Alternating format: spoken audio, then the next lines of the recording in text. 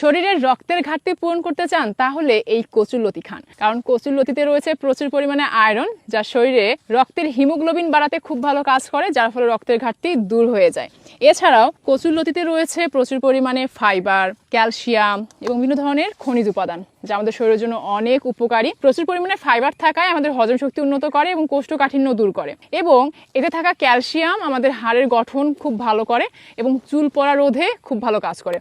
যাদের চুল খুব বেশি পড়ে যায় তারা কিন্তু কচুরলতি বেশি পরিমাণে খেতে পারেন। কচুরলতি ভিটামিন এর খুব ভালো একটা উৎস, তাই যাদের চোখের সমস্যা রয়েছে তারা কচুরলতি খাবেন, ইনশাল্লাহ ভিটামিন এর ঘাটতি পূরণ হয়ে যাবে। এছাড়াও কচুরলতির আসলে অনেক উপকারিতা রয়েছে। গরমের সময় নিয়মিত কচুরলতি খেলে পানির ঘাটতি দূর হয়ে যায়, পিপাসা ঘন ঘন লাগবে না, এবং বিভিন্ন ধরনের রোগ প্রতিরোধে এই কচুরলতি খুব ভালো কাজ করে থাকে। আমাদের প্রজেক্টের এই অংশটা একটু নিচু, এখানে পানি কচু লাগিয়েছি। পানি কচুর আসলে খুব সুন্দর লতি হয়, যেমন দেখতে পাচ্ছেন মোটা সোটা লতি, এবং এই লতিগুলো খেতে কিন্তু খুব টেস্টি।